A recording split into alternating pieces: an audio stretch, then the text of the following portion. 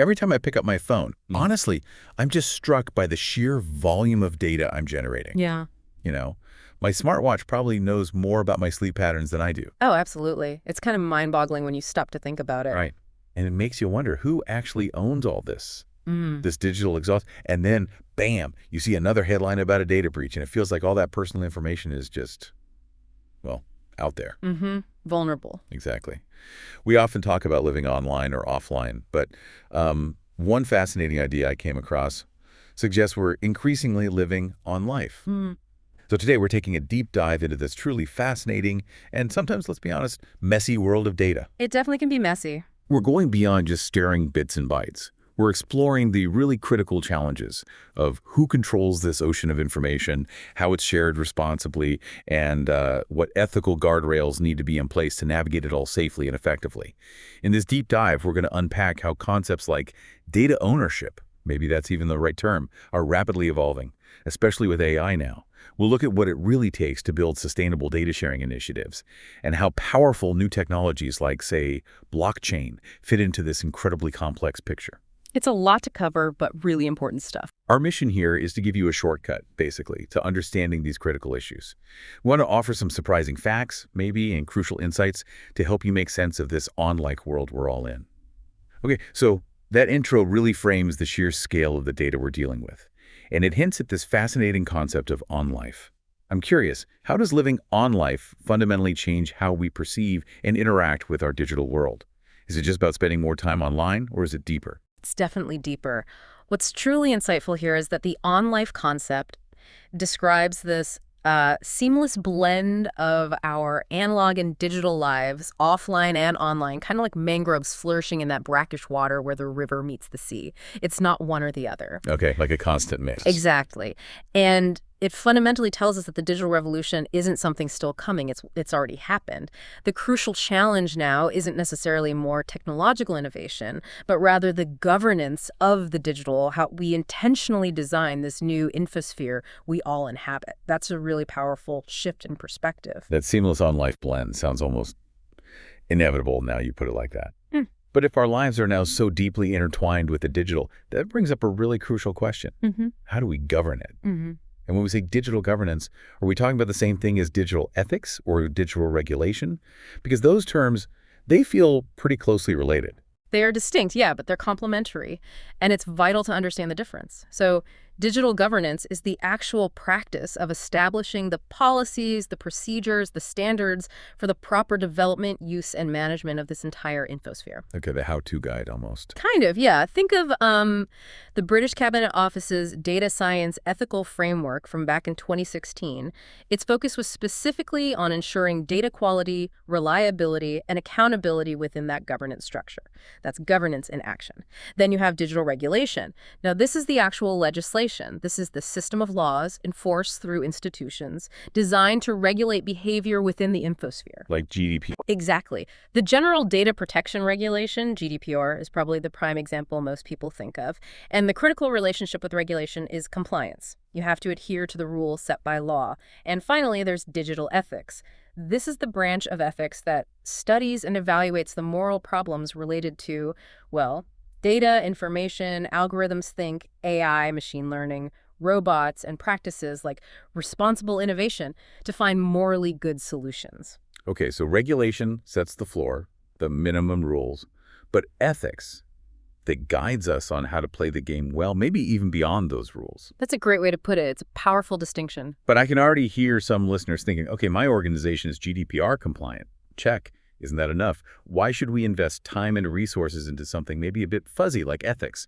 What's your response to that kind of skepticism? Yeah, that's a common and really important question. The simple truth is compliance is, well, it's necessary, but it's insufficient.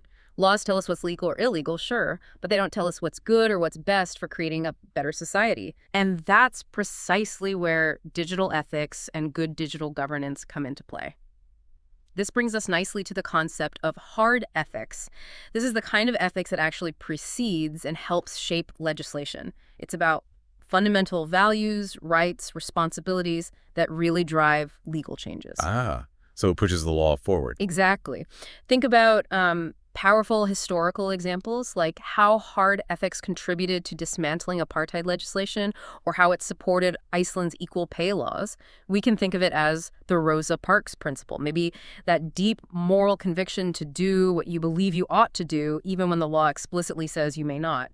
And that action then forces legal change. That makes sense. And then there's soft ethics. Is that more about taking initiative, doing the right thing, even if there isn't a specific law demanding it? Yes, precisely. Soft ethics is what we call post-compliance ethics. It covers what ought to be done over and above existing regulation. It's about self-regulation, about being a good corporate citizen. It's a bit like the Matthew principle, doing what's required by law, rendering to Caesar the things that are Caesar's, but then proactively asking, okay, what more can we do?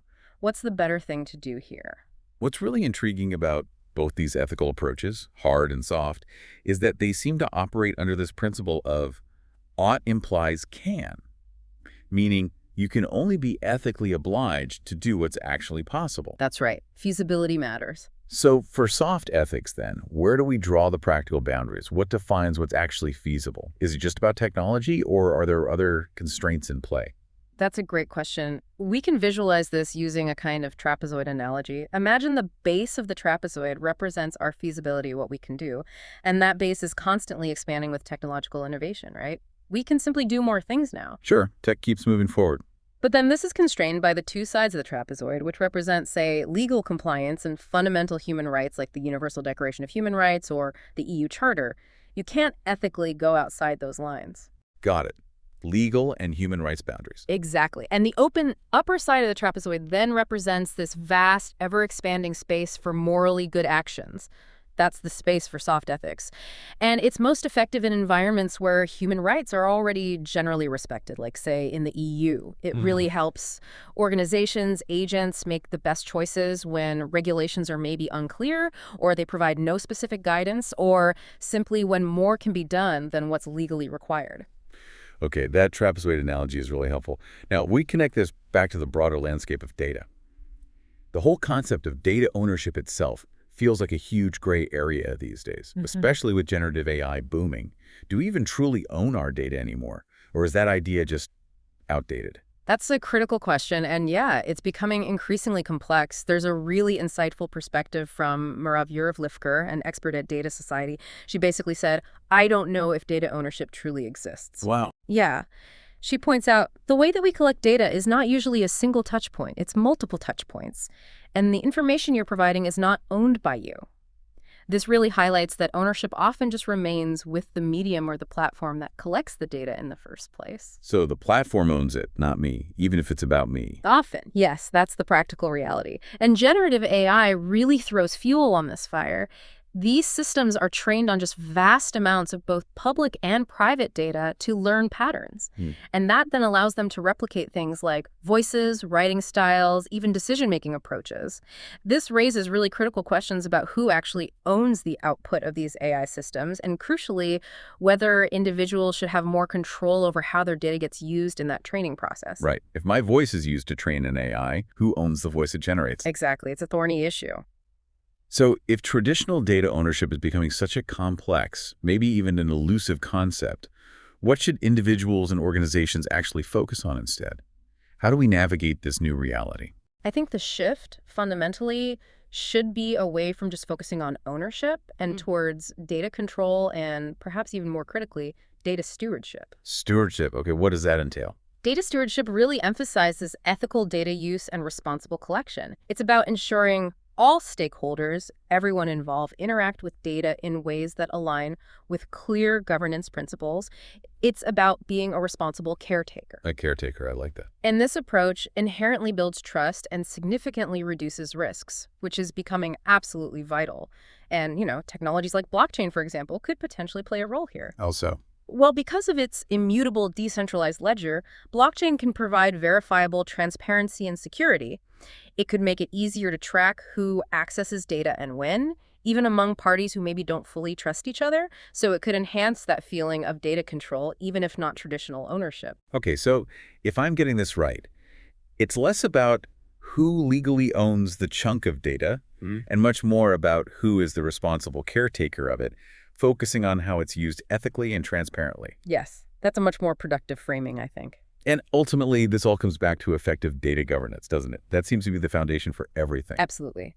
Data governance is the overarching framework. It's what defines the purpose, the vision, the goals for all data practices within an organization or an ecosystem.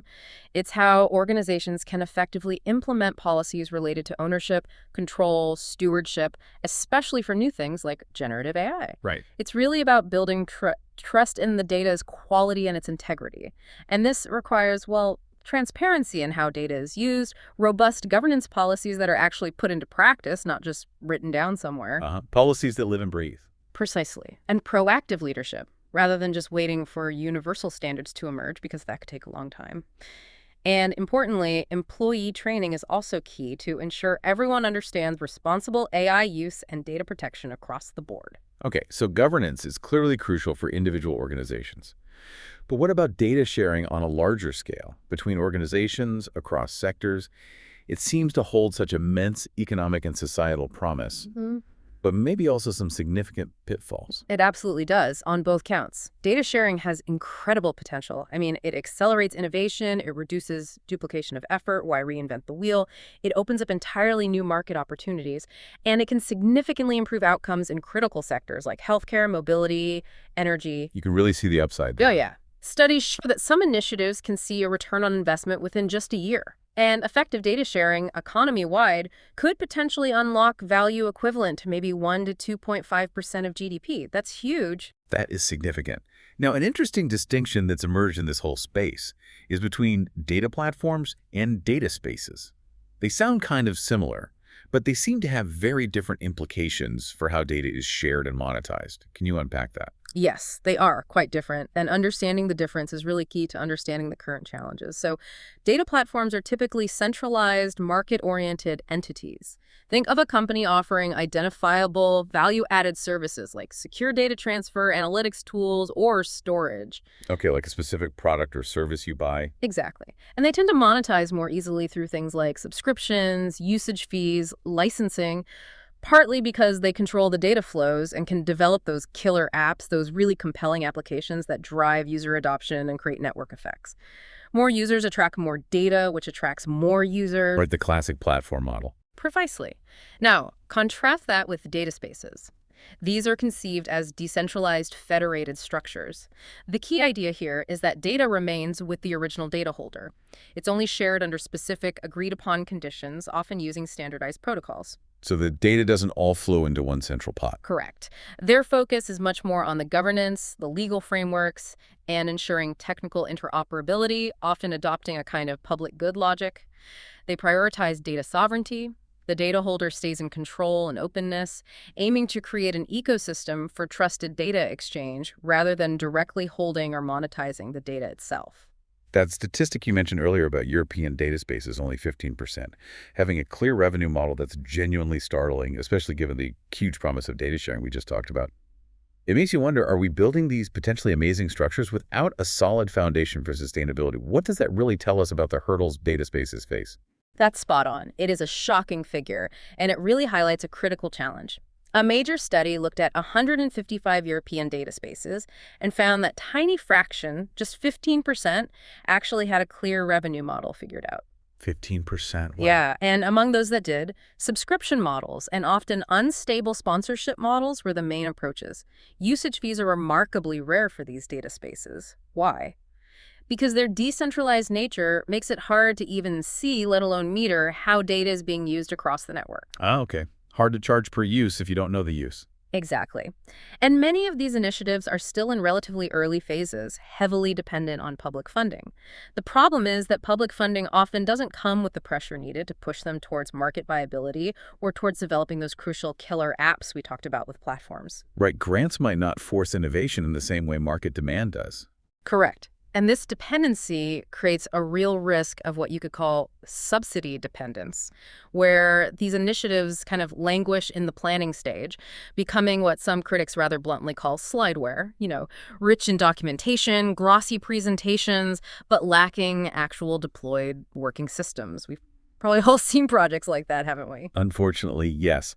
So given that so many data spaces are struggling to find a clear path to revenue, It's obvious the challenges go way beyond just the technology itself.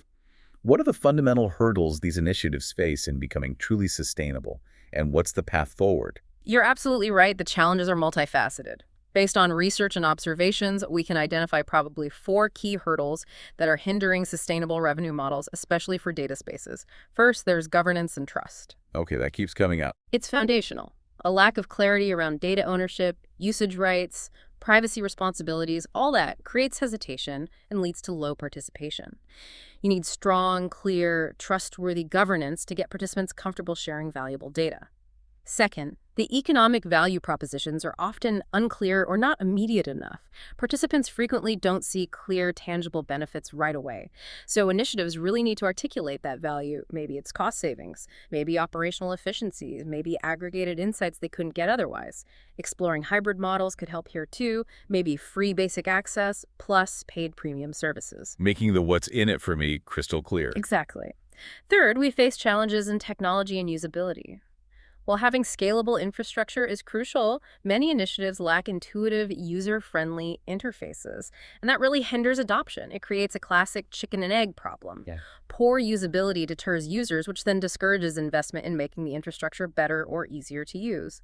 If it's hard to use, people won't use it, so why invest? Yeah, I see that. And fourth, there are significant structural and regulatory barriers. This complex web of overlapping EU and national regulations. You've got GDPR, the Data Act, the Data Governance Act, Digital Services Act, the AI Act. It creates real legal ambiguity and compliance uncertainty. A regulatory maze. It really can feel like that. And it slows down implementation, especially cross-border scaling. Plus, a general lack of technical standardization and reliable long-term financing are also major roadblocks for many of these data space initiatives. Okay, that's a complex set of challenges. And what about this missing killer app that keeps getting mentioned? How do we actually find that transformative use case that really sparks adoption and makes these data spaces demonstrably valuable, not just theoretically valuable? That's truly a critical missing piece for many data spaces. A killer application, as we said, is that really compelling use case that solves a concrete problem for users and sparks widespread adoption. Often its power comes from combining data from multiple sources within the space to create those unique combinatorial insights. Insights you couldn't get anywhere else. Precisely. So how do we bridge this gap? Policy recommendations often include things like co-developing high-impact use cases directly with the end users, the businesses or researchers who will actually benefit, and also fostering sector-specific experimentation through things like data innovation sandboxes, safe spaces to try things out. Ultimately, the solutions probably involve a pretty fundamental shift, moving away from just relying on grant-based funding towards more co-investment models, getting entrepreneurial involvement right from the start, actively supporting pan-European scaling so they're not just isolated national projects, establishing clear technical and governance standards, and really prioritizing user-centric design, making them easy to use. It sounds like a layered approach is needed.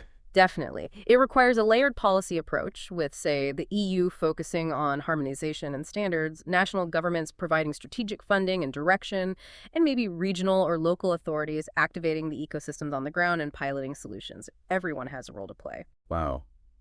We've truly taken a deep dive today into this fascinating and, yeah, often really complex world of data governance, ethics, and sustainable data sharing. We've covered a lot, from distinguishing hard and soft ethics to the very practical challenges data spaces face in finding that elusive killer app. And I think it's become clear throughout our conversation that the true challenge ahead isn't just about more technological innovation.